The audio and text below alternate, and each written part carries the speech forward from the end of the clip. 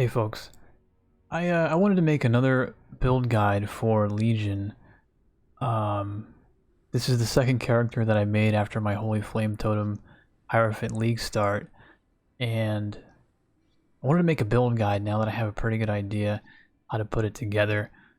This will be for another totem character, but it'll be with Freezing Pulse totems instead of Holy Flame Totem, and I think that this is probably the most powerful build I've ever personally created, and one that I think works extremely well for the Legion League specifically.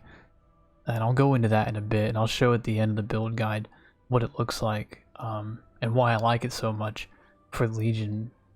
But let's get started here. So I'll put a link to Path of Building in the description of the video, and a link to the import for this build so you can do that. And if you've never used it, all you need to do is install Path of Building from the link down below. And then once you've got it open, just click New here, and click Import Export Build up here in the top left. You'll see this Import from Pastebin button. Click that guy. I'm going to paste the link that I've also got in the description for this build. Click Import. It'll tell you the code's valid. You click Import right here, and it's going to load the whole build for you. Now, if you've watched my other build guide, then you know that I like to do these breakdowns for leveling by the Labyrinth, because these are like the most sort of obvious checkpoints while you're leveling. And for the most part, this tree looks a lot like the Holy Flame Totem build, because they're very similar in concept. There's a few notable differences that you'll see as we go on here. But you're going to come out here in the same start from level 1, get the life and the mana regen, pick up the same life and spell damage, some more damage here as we come down, because just like before, we are coming for this Ancestral Bond node so that we can summon an additional totem. However, with this Freezing Pulse setup, we're going to want to stop and pick up this jewel socket first, because with Freezing Pulse we have the option to use threshold jewels, and these jewels will allow you to modify Freezing Pulse. But in this case, as long as it's within enough intelligence and radius, which we are here, it'll make Freezing Pulse fire 2 additional projectiles, much like the Rain of Splinters gem I ran for Holy Flame Totem, but this one has no downside. This one actually gives you increased projectile damage, and even more damage if you shattered an enemy within the past 4 seconds. And we can actually run 2 of these gems for an additional 4 projectiles, which we will, and they're pretty much your primary goal at the start, is to get 2 of these jewels and equip them as soon as you can. So you're going to stop here and get this before you ever get to Ancestral Bond, because you're going to be self-casting Freezing Pulse. Freezing Pulse is a skill you're going to get right away as a Templar. You're going to be able to choose it as soon as you get to town, basically right after you kill Hillock, and you're going to use it for the rest of the game. And so until you take Ancestral Bond and actually become a totem character, you're going to be casting it yourself, and this is a huge, going from 1 projectile to 3 is a massive difference while you're leveling. So get this immediately. And then you can come up here to Ancestral Bond, or you can wait a little bit and just self-cast Freezing Pulse for quite a while. Come up here and get life. I would say, at the latest, you probably want to get this no later than the 2nd lab, when you get Ritual of Awakening. But I usually do it pretty early and just go full totems. As soon as you get this life, though, you want to beeline it all the way down to this other jewel socket. That's how important those jewel sockets are. And you're going to want to equip that 2nd threshold jewel. And that's pretty much your first goal, right? Until you get to the... By the time you get to the 1st lab, or right around there, you want to have both of your threshold jewels. And these jewels are very cheap. If you're playing a trade league, these won't cost you hardly anything. And if you're not in a trade league, then you might have to wait until Act 5. But there is a quest in Act 5 that I can't remember off the top of my head, but it's like mandatory. And you can choose one of these first snow jewels from the quest reward. So you'll get at least one of them by Act 5. So moving on, this progression, again, is really similar to the Holy Flame Totem. You're going to get some more life and mana regen. Somewhere around the second Cruel, the second lab, you're going to want to get Mind Over Matter and make sure you've got enough mana to support it. So you'll get Deep Thoughts and probably Righteous Decree. Now, right around here, you're going to have the option to pick up the first like build defining piece here in terms of gear, which is the Soul Mantle. And this is what the build is basically based around. And the way this works is that it gives you +1 to the number of totems, which is great, right? So you can have up to 5 compared to Holy Flame Totem.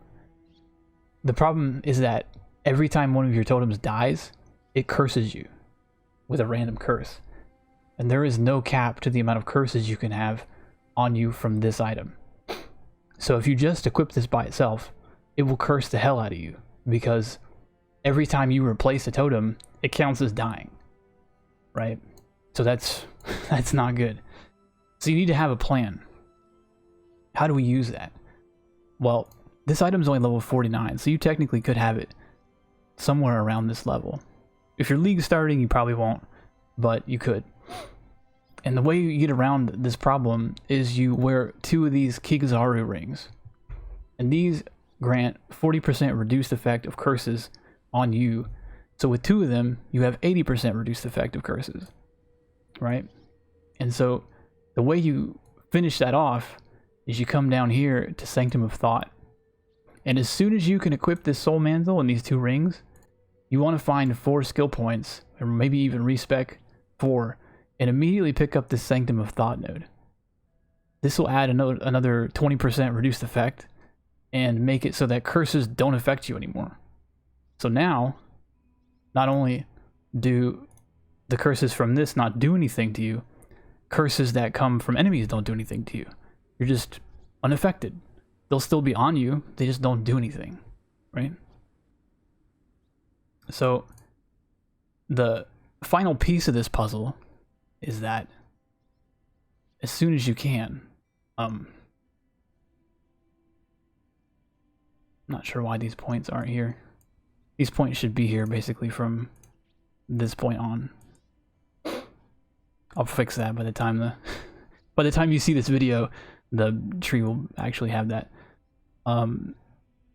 What you're gonna do is this jewel socket. If we switch back to Cruel here, this is like around level 55. The third jewel we're going to take, and you're going to take this as soon as you equip this Soul Mantle. You need to try to get your hands on one of these self-flagellation jewels. Because what this does is it gives you 20% increased damage for every curse on you. Now normally, you can only have 1 curse on you from an enemy, right? Like one enemy can only put 1 curse on you.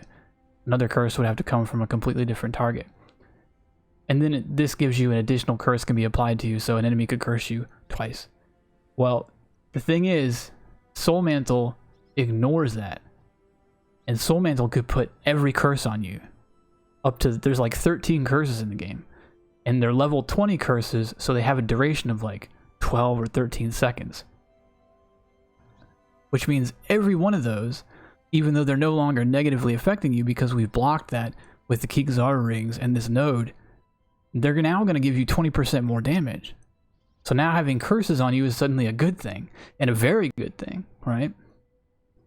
So this becomes a huge source of damage. We've turned curses into a way to scale our damage. It's great. And from here, as soon as you hit this point, if you have this Soul Mantle and the Kizaru rings, you can have all that by level 50. I think it's 49 for this, and these are only level 20, and these rings are worthless. They'll cost you nothing. This will cost you very little, especially if you don't get a 6 link. And as soon as you have this, you can slot this guy, has no level requirement. You are in business. you'll crush the rest of the story. From there, you're just basically doing the same progression. We're going to come this way. We're going to actually come up here this time, compared to Holy Flame, which went straight down here. Because we can't make use of these nodes down here as Freezing Pulse. None of our damage is physical, unlike Holy Flame Totem. So, we'll still come down for this last Jewel Socket, and we will run a Clear Mind, just like with the other build, because this will give you more damage and mana regen when you don't have any mana reserved. And we won't be having any reservations with this build unless we wind up, well, no, ever, really. Even on the high investment, you don't actually reserve mana. So you can get this as soon as you can afford this last jewel if you're league starting. This isn't vital though, it's just basically good damage. Otherwise, you're gonna, you know, pick up more mana regen up here, just like with Holy Flame Totem. Come over here and get this life wheel, because we're gonna eventually have this crit wheel and this damage line while holding a shield later. But for now, you'll just pick this life up and come down here. Get this projectile speed. Just like with Holy Flame Totem, projectile speed is really important for Freezing Pulse. And it's actually even more important for Freezing Pulse than it is for Holy Flame Totem. Because not only does Freezing Pulse go farther with more projectile speed, Freezing Pulse as a skill does less damage the further it travels. It does most of its damage in the initial part of its travel. So the faster you can make Freezing Pulse, the more damage it'll do at the same distance from the totem, if that makes sense. So it's even more important for you to have projectile speed, basically. So you want to get this pretty early on, because you're going to have so few sources of projectile speed early on. And then for your Labyrinth, you're going to take the same points. You know, these are your first 2, your first 4. And then for your 6th point, you're going to take the Conviction of Power to get your power charges and your endurance charges. And then from here, you're basically hitting mapping, right? And this is from the point of the end of the story all the way up until Uber Lab. And this is where you're going to start picking up crit. You're going to finish off this life and mana over here. We don't take Insightfulness in this build because, again, I don't know why these points are in the tree, but this has 8% mana per node down here. So we don't quite need as much mana in this build. And we can drop this inefficient mana node. Just for these, this is 4 points here. We're basically stealing these 4 points to put them down here. To get the reduced effect of curses, but also gives us a little bit of mana. And then for your final ascendancy points, you're going to take Divine Guidance to improve your Mind over Matter split and give you a bunch more flat mana. And then if you look at the level 95 tree, which is sort of like where you'd finish, the only difference is you're basically picking up all your crit. You've also come up here to get Doomcast, and then finish off with this Arcane Swiftness node, which is just a pretty solid damage line. You've also picked up Coordination for a little bit more dex. Now, for the gear, we've already talked about Soul Mantle and Gigazaru. And these are sort of like besides the jewels, are the sort of cornerstone of this build. As far as the weapon goes, it's pretty similar to Holy Flame Totem in that you're going to multi-mod, but because we're not using Avatar of Fire, there's no reason we can't use the Chaos Damage mods, which are a little bit stronger. So when you multi-mod, you're going to look for a base that has this gain up to 20% of elemental damage as extra chaos damage, which is pretty strong. And you can also craft the spell damage and 4% of non-chaos damage as extra chaos, instead of just generic spell damage. Otherwise, it's pretty similar to Holy Flame Totem. It's just a multi-mod scepter. And the shield is very similar too. You want a +1 totem shield here for a total of 5 totems, compared to Holy Flame Totem's 4. Otherwise, you're just looking for the standard stuff: life, resists, mana. And then if you can get like spell crit chance or something, do so. For your helm, again, this is much like Holy Flame Totem. Freezing Pulse has a projectile speed enchant, and you absolutely want to use it. It's the same 30%, which isn't quite as good for Freezing Pulse, because I'll show you in the gem section, Freezing Pulse quality gives quite a lot of projectile speed, but you still want to get this when you can. Otherwise, you want to fossil craft this. This example has nearby enemies have -9 to cold resistance. That comes from frigid fossils. And you might have to look up a guide for fossil crafting, but the short version is the best way to craft this is to use 2-socket resonators from Delve and socket them with pristine fossils and frigid fossils. Frigid fossils are the one that have the chance for that affix there of -9 cold resist, and then pristine increases your chance of getting life rolls, which are good. We talked about Soul Mantle. I don't think there's anything else to say about Soul Mantle, really. It goes up to 25% spell damage, but it's not super important to get, like, there's not a lot of variance in the rolls, basically. You don't really care what the rolls are that much. You just want one. Gloves are basically identical to Holy Flame Totems. I actually am using the ones from my Holy Flame Totem character because they were quite good. Ideally, you get a Shaper set and roll. This socket of gems are supported by, level 16 to 20 faster casting, because that does two things for us, right? One, we're going to socket our self-cast Curse in these gloves, and that will give us a free faster casting link for them, and also increase their mana cost, which we actually want. But that affix also comes with 9% increased cast speed as a global affix, so it's really good. If you can, get Shaper gloves that have both that and the slower projectiles one, because the slower projectiles affix, while it doesn't do anything for the gem links, also comes with 15 to 20, I think, or 15 to 18 increased projectile damage, and Freezing Pulse is a projectile, so it does work for that. Otherwise, you just want life and resists on this piece. This also, it can be a decent place to get dexterity, and I'll talk about that in the gems, but this build does need to get quite a bit of dexterity compared to Holy Flame Totem, because we're using a lot more green gems. So this is one place where you might need to get that dexterity. You'll get some dexterity from your Kikazar rings. They roll, I don't remember what the range is. Does it show me? You can probably just search Kikazaru. Yeah, 10 to 15 to all attributes. So you can get up to 30 dex from your rings, which helps a lot. But you will need a little bit more help than that. If you're having trouble hitting your dex requirements, and I'll go over that in the gem section, there's an agility node right here for 30 dexterity, and you hit it pretty early in your leveling.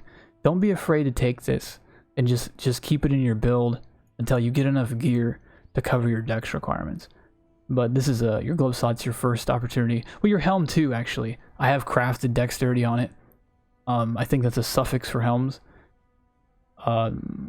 This is another place to get dex.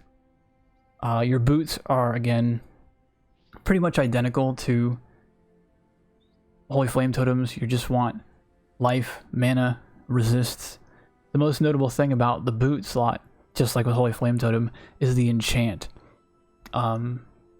This enchant, 120% increased critical strike chance if you haven't crit recently, is incredibly powerful for this build and all totem builds, at least the ones that use Ancestral Bond, because when you are dealing damage with totems, you aren't critting, your totems are. So this, you haven't crit recently, it never comes off you, and so you just have 120% increased critical strike chance all the time. It just never goes away. That's a huge increase.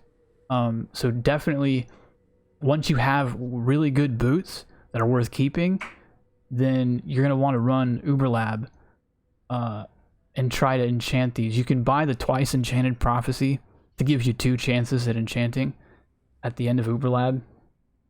It's very worth it.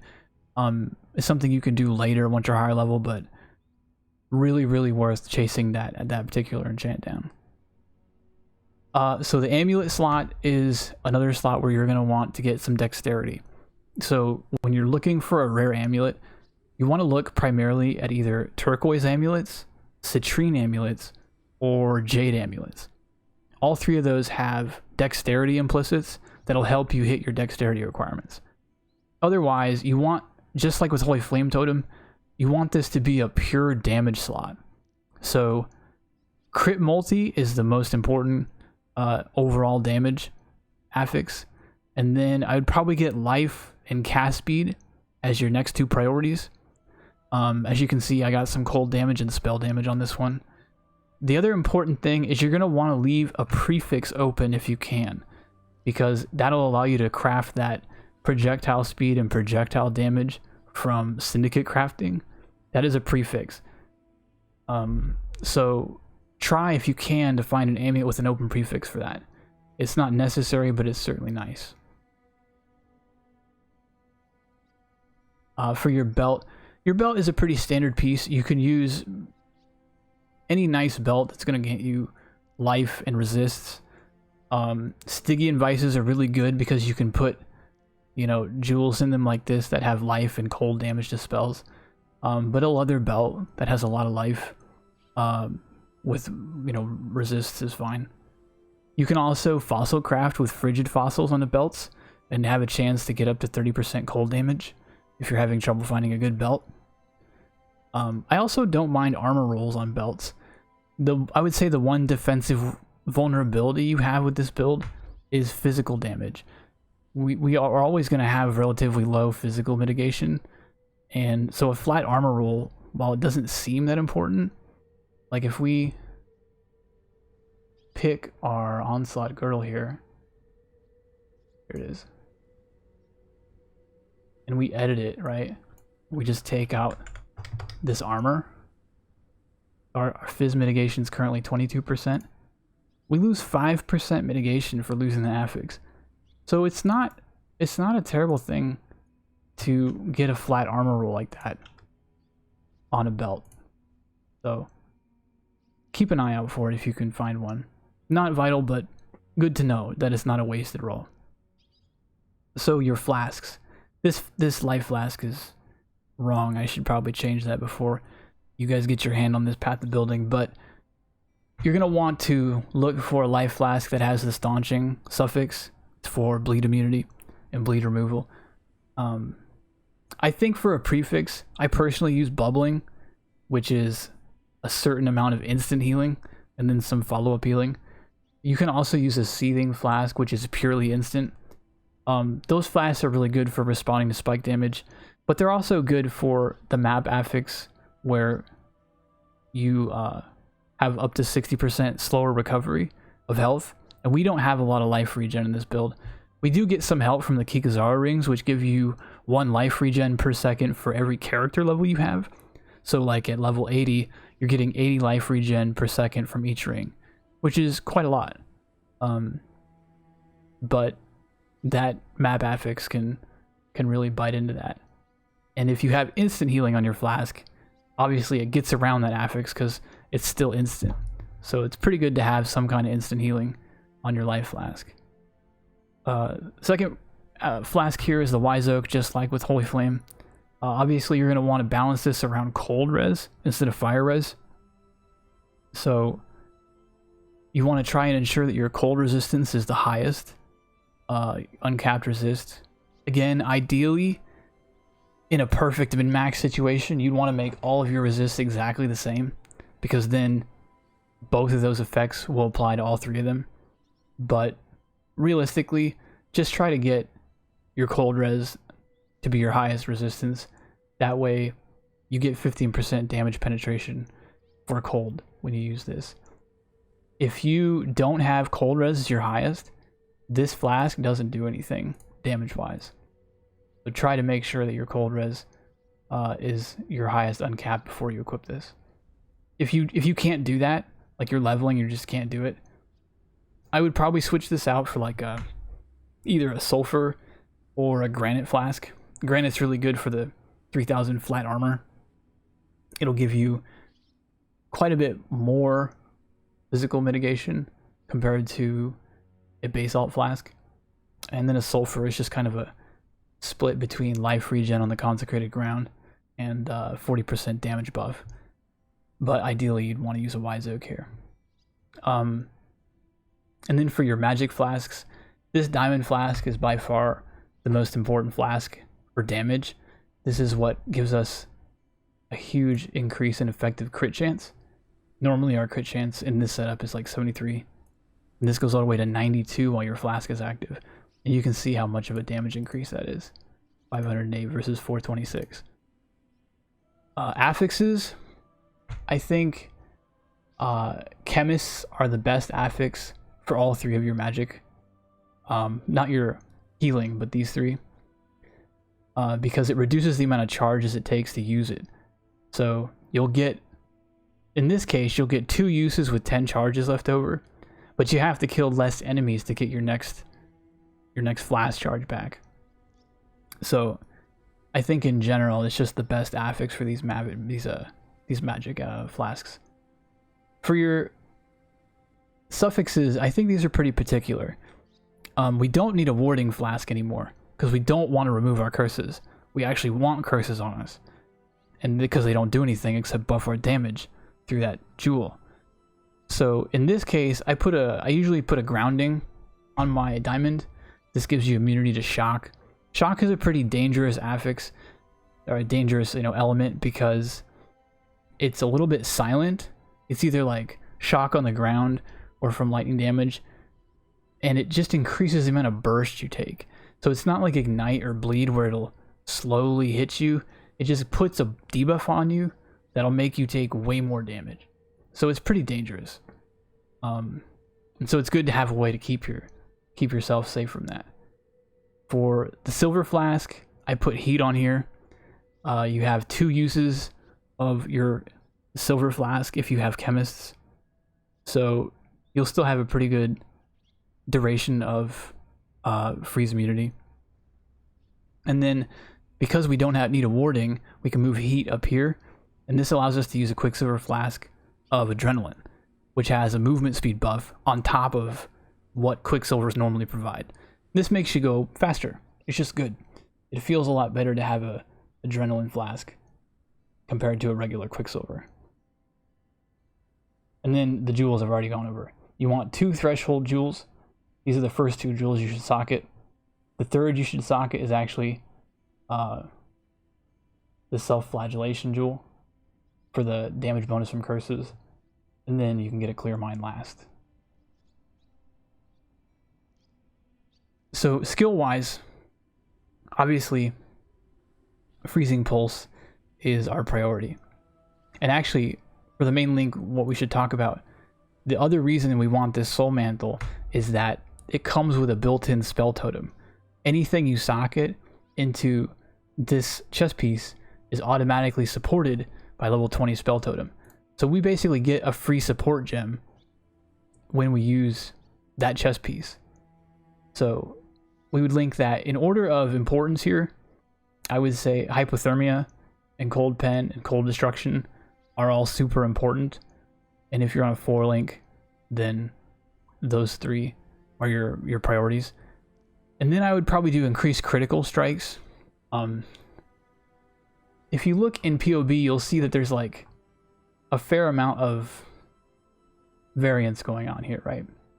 But increased critical strikes, there's sort of an abstract element of crit, which is that whenever you crit with a freezing pulse, you're guaranteed to freeze the enemy for some duration. So crit strikes are pretty important for safety on top of damage, right? They're obviously important for damage, but if they're freezing enemies, they can't fight back.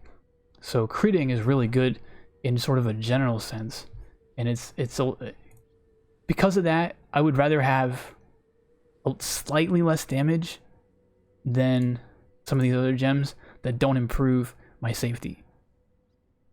And you'll also see that if you take off let's say your flasks have run out, right?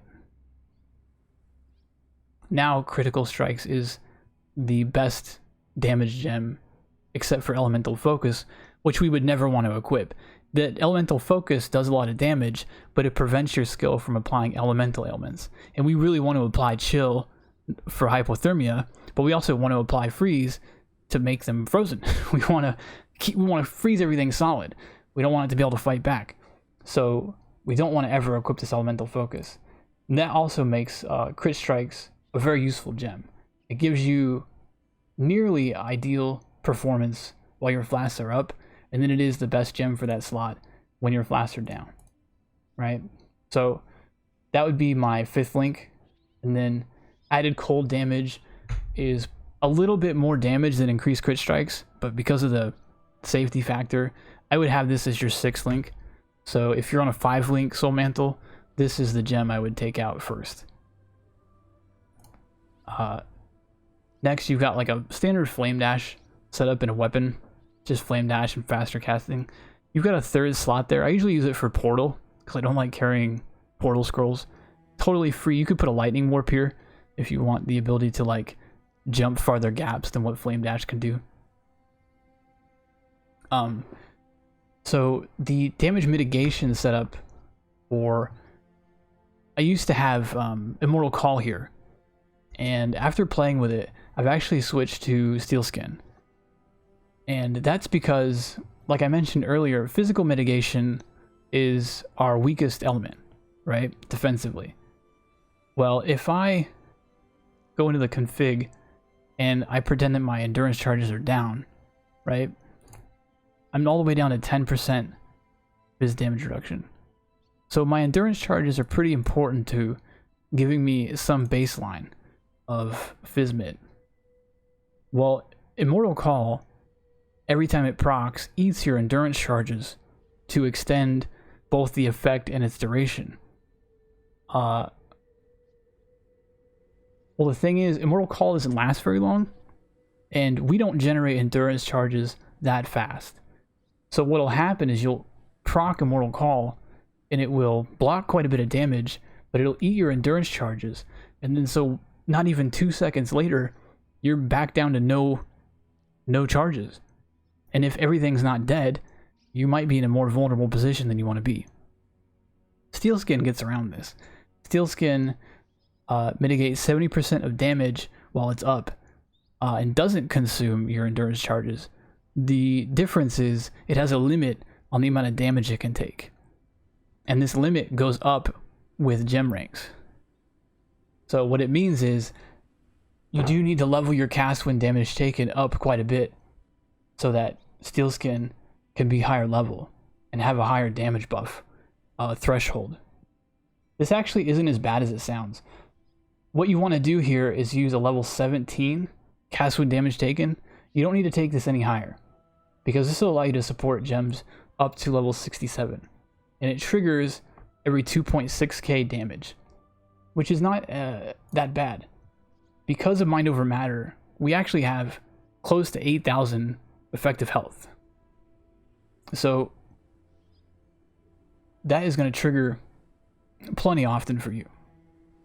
And that allows you to run up to a level 19 Steel Skin, which absorbs almost 2,000 damage. You don't want to run Steel Skin in a low level cast when damage taken. If you look at Steel Skin at low ranks, at level 7, the buff only takes 240 damage. So even if it's proccing more often, who cares? It's not going to block enough damage for you. You want this to be as high as you can afford. The reason we don't max this is because if you take it to level 20, it now requires level 70. Well, for cast when damage taken, you would also have to level that to 20 for it to work with level 70 skills. Problem is, we want to have something like Righteous Fire. Well, this will also be level 70. So all of a sudden, cast when damage taken gains the ability to trigger Fall Righteous Fire, or more specifically, regular Righteous Fire, which is going to burn you until you're dead. So you don't want this. You want to make sure that cast when damage taken never goes up to level 20. And because level 19 Steel Skin requires level 67, there's no reason to take this above level 17. And this way, you can still keep your Righteous Fire, your Vol Righteous Fire, higher level. And then you link that to an increased duration to increase the length of both Steelskin and Righteous Fire. So the curse setup is like almost identical to Holy Flame Totems. We're just using Frostbite instead of Flammability. And we socket this into our gloves, as I mentioned, because this has the socketed gems are supported by faster casting. And this is where you're going to want to use those. So you attach that to Spell Cascade, increase duration, and then if you're using Frostbite and you max the rank of this, and you have it attached to that faster casting from the gloves, you want Arcane Surge around rank 16. That way it takes about 213 mana to trigger, which is 2 casts of your curse. And with increased duration, it'll last a little over 7 seconds. So you only have to cast your curse twice, basically every 8 seconds, which is trivial. Like, you'll do that all the time. If you want a little bit more damage, you can swap this with Projectile Weakness. As you can see, this is obviously a big bump in damage compared to Frostbite, right? 508, and I think this was like 553. Here's the thing about Projectile Weakness is that it has a very high dex requirement. So obviously at 155 dex, we're already having a hard time getting to this level. You're not going to have a good time trying to hit this at all. And as you back it off, it starts to lose damage. It's still going to be more damage than Frostbite, full stop. Even as you rank this, if you could take it all the way down to 10, you're still winning. The thing is, the radius gets smaller, but it also costs notably less mana, right? Like, let's say I had to back it all the way down to like level 11 to meet the dex requirement. Look at the mana cost. It's only 72, which means it would take 3 casts to trigger your Arcane Surge, which is less reasonable, right? While you're clearing and stuff, you might not cast this 3 times within 8 seconds. 2 is sort of the limit, I feel, where you're going to consistently keep your Arcane Surge up. So it's something to think about. And we'll talk about the high-end version. There's a very high-end version of gear that involves some changes to the tree and the gear, where it becomes a little bit more reasonable to run Projectile Weakness, and that's when I would switch. And I'll talk about that at the end.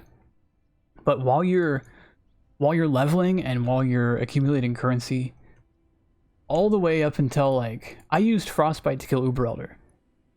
So I'd basically stick with the max rank Frostbite here up until you know you're going to switch into the high-end setup. And one of the things that I've added to this build compared to Holy Flame Totem is in the other weapon, we're using another cast when damage taken to trigger this Cold Snap ability, and we're linking it to Bone Chill. And the short version of what is going to happen with this is that at level 1, it only takes 528 damage to proc. So it's going to go off all the time. And that can, you can't go higher than level 7 with a level 1 cast when damage taken. So you have a level 7 Cold Snap, and you attach this to a max rank Bone Chill. And so what's going to happen is that when this triggers, it's going to shoot instantly, like put a field of frost underneath the enemy that triggered it. And Bone Chill will make that field of frost make anything standing in it take more cold damage, right? Based on the effectiveness of the chill. So it's sort of just like a free damage setup. If they proc this, it'll put Cold Snap down.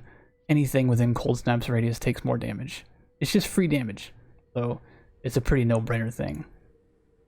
And then in your helmet, I have this Frost Bomb setup, which allows you to put cold exposure on enemies.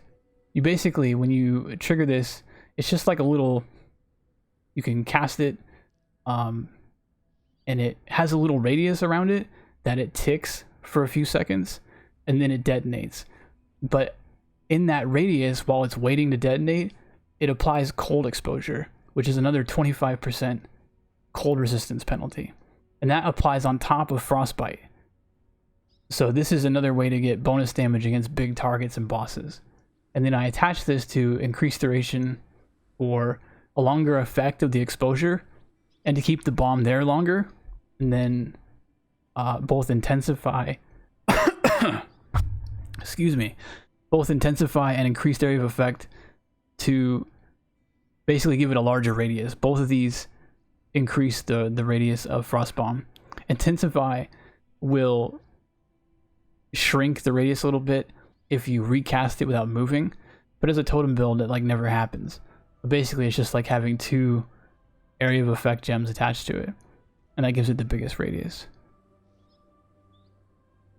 And I think that pretty much covers everything. Now, there is an even higher, basically a much higher investment version of this that scales the damage of this build even higher. Like right now with this setup and this example gear, you're already doing 500,000 shaper DPS per totem, and that's only assuming 8 curses on you, which is average, right? Like you can go all the way up to 13, which would obviously, you know, give you more damage. Every curse increases your damage. And what I'll show you is the version that I'm running. Let me switch scenes back into the game here. That once you've accumulated a lot of currency, and I mean a lot, right? This is sort of an option. I didn't start doing this until after I had already killed Uber Elder, and I was really into the end game, and I've farmed a lot of currency. Is utilizing this shield called Atziri's Reflection. And what this shield does, the main thing about it, is that it makes you unaffected by any curses and reflects curses back. We don't care that it reflects curses back because we're the ones cursing ourselves, right? But if you have this unaffected by curses effect, it means that we don't need Kikazara rings, right? And we also don't need... Oh, geez. Let me, I'll sell that later. Dangers of recording live guides. You also don't need the Sanctum of Thought node, right? Because you're completely unaffected by curses just from the shield. So we get these 4 skill points back, and it opens up some new options to us. Since we don't need the Kikazara rings, it allows us to run an Essence Worm again, which we can put a Hatred in. And Hatred gives you more cold damage. The physical is extra cold, doesn't do anything for us, but the more cold damage certainly does. And then also gives you the option to put a rare ring here, which will allow you to get some more dexterity, possibly, or defensive stats. But the real kicker of all this is that it allows you to run a Coward's Legacy belt. And what this does is it normally makes you any curses on you even more powerful. And it curses you permanently with a level 20 vulnerability.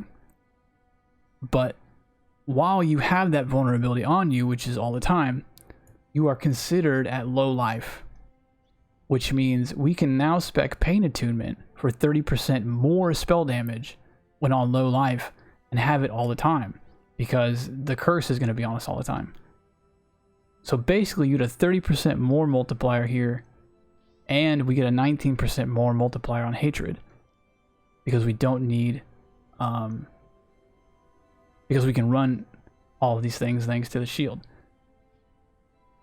Furthermore, because we're running Hatred, that allows us the opportunity to use a Watcher's Eye, which, if you have something like this, greatly increases the damage Hatred gives you, right? This is a really expensive one, but the damage penetrates 15 cold resistance while affected by Hatred alone is a huge damage boost. And a Watcher's Eye like that, with just that affix on it, would cost you about 1.5 exalts. So between all these changes, we basically have the same effect as the Kikazara rings and the Sanctum of Thought, where curses don't hurt us, but they add damage to us when Soul Mantle curses us. But we can also use this belt to put us on low life for pain attunement, and the Hatred in the Watcher's Eye allows us to run, or the Hatred in the Essence Worm allows us to run a Watcher's Eye for even more damage. And if you want to look at what this is going to do for us, what we can do is import my actual character as he exists right now.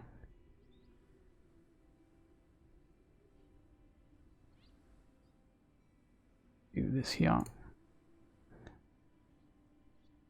And we'll turn on power charges and endurance charges.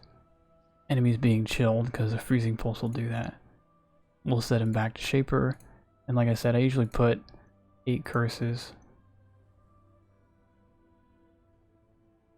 And if we turn Vault Righteous Fire off, we don't want to assume that that's up all the time. But we can turn our Flasks on, because those will be up quite a bit. I'm doing over 1 million damage per totem with just my Flasks up and 8 curses on me, which happens all the time. So obviously it's a big damage increase. Everything else is the same. My weapon hasn't changed, my helm hasn't changed. All that other stuff is the same. And we've basically doubled our damage. We have lost 1 totem, because Atziri's Reflection obviously does not grant +1 max totems. So we're only at 4 totems. But before we were doing about 500,000 Shaper DPS per totem at 5, so 2.5 million. And now I'm doing over 1 million with 4 totems. So I'm well over, I'm like 4.2 million. And that's without Vault Righteous Fire. So as you can see, it's like a big damage increase to do a setup like this. But it comes at a very high price. Because A, Atziri's Reflection alone is not cheap. In Legion right now, in the Softcore Trade League, this shield runs about 8 exalts. And then this belt is anywhere between 1 to 2 exalts. If you get a 1 Affix Watcher's Eye, you want to prioritize the 15% cold penetration. That'll run you between 1 and 2 exalts probably. And then getting a 2 Affix one like this that also has flat cold damage is really expensive. You should expect to pay maybe 20 exalts for this. So obviously we're talking about massive investment. But the important thing I want to stress, it's absolutely not necessary. As you saw in the first part of the guide, we were at 2.5 million Shaper DPS before considering any of this stuff. And that is just with a 6-link and like a multi-mod scepter. So don't feel pressured to go after all this stuff. You know, you don't need totally insane currency. This is actually a very capable League Start build. It just has more room to scale because of the mechanics of Soul Mantle allowing us to do stuff like this. You can still continue to pour currency into it and it'll keep giving you results. And if you see here in my hideout, if I sit here and summon totems, you'll see these curses stacking up on me, right? This is what Soul Mantle does. And you can see that it's increasing my damage. Like I'm at 394 tooltip, and as these fall off, my tooltip will, you know, start dropping. And as you can imagine, with the kind of damage that we are talking about, we'll grab a random like tier 15 map here and chuck it in. This build, once you're at this point, definitely cooks, right? Like, you pretty much just one-shot everything.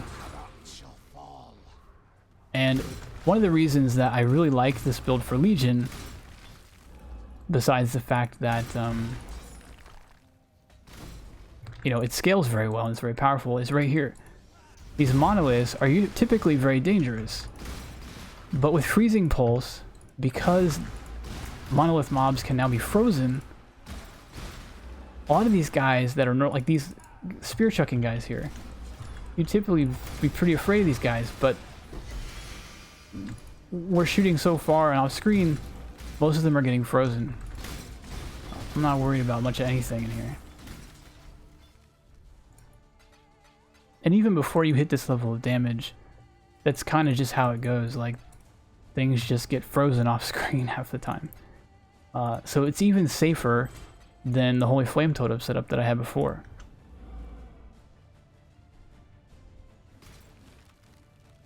So right now I'm up to level 9. Oh, who's alive over here? As you can see, we still have a pretty decent amount of effective health in this build, so we can survive random off-screen spear chucking dudes. But yeah, I'm level 97 on this character in Legion already because it's really been an amazing clear build. If you look at my YouTube, I've got some other examples of its performance in Uber Elder, which I killed well before I got any of this Atziri's reflection stuff.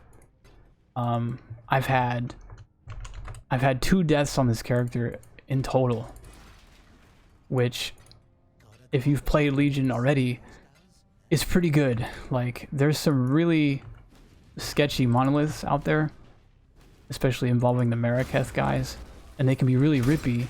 But for this build, it's just no big deal, because you can see how far Freezing Pulse shoots when you have projectile speed stacked up. And so you're typically just hitting guys really far away, and you can just kind of zoom, you know? Thanks to being able to run Adrenaline on your Quicksilver, you know, you're even faster than normal. And we got a Shaped Bog map. I won't sit here and finish this, but I kind of wanted you to see what a clear example looked like. And one of the reasons that I just really like this build for Legion is that it makes those monoliths so much easier to handle. Even when you're, you know, under geared, the freeze will keep you safe on top of your steel skin and on top of your mind over matter mitigation and stuff. I will say that so when you're switching into an Atziri's reflection and you're ready to make that investment, note that this has a higher dex requirement. The shield alone requires 130. So you're going to have to plan for some more dexterity. And the way I do that is I get dexterity on my offhand ring. Like you have Essence Worm for the Hatred. This ring should probably be dexterity and then defense. If you can afford damage to get it, but it's going to be difficult to get your dexterity requirement solved. But because if you get dex here, you know, it'll give you enough room in the tree that you can then switch over to projectile weakness and get a high enough rank to where you don't have to drop Arcane Surge very far. I'm able to run a level 18 Proj weakness, which allows me to run a level 14 Arcane Surge, and I still proc it in 2 casts, right? So now I don't have to worry about dropping my Arcane Surge really far. So I think when you do make this switch to Atziri's Reflection, that's also probably a good time to consider swapping into projectile weakness as a curse instead of frostbite. I'm not sure there's anything else to say about this guide. I guess what I would say is that if you can, try to get a level 21 Freezing Pulse. But while you're leveling, and if you're like in SSF or something, and you're thinking about gem quality, the quality effect on Freezing Pulse is really, really good. This gives you 3% projectile speed per point of quality. So when you're leveling and you're finding GCPs, I would probably dump them into your Freezing Pulse gem so that you have a high quality one from the start. If you can, if you're in Trade League and you have currency and you're going to try this build, I would say go ahead and buy one with quality, or buy a 21-23, which is much more common in Legion League because they can actually drop that way from monolith mobs and from the domain. This is pretty much the only level 21 gem you'd want, but the quality is really important. So basically, if you're leveling, try to dump your GCPs into your Freezing Pulse gem, or just buy a 20 quality one to start, because it's a really big advantage to have 60% proj speed there. Yeah, I think that about covers it. I will have a link in the description for the pastebin, as well as the forum thread where I have the guide in text form. and you can drop any questions you have in the comments. Feel free to check out the other videos on this channel, by the way.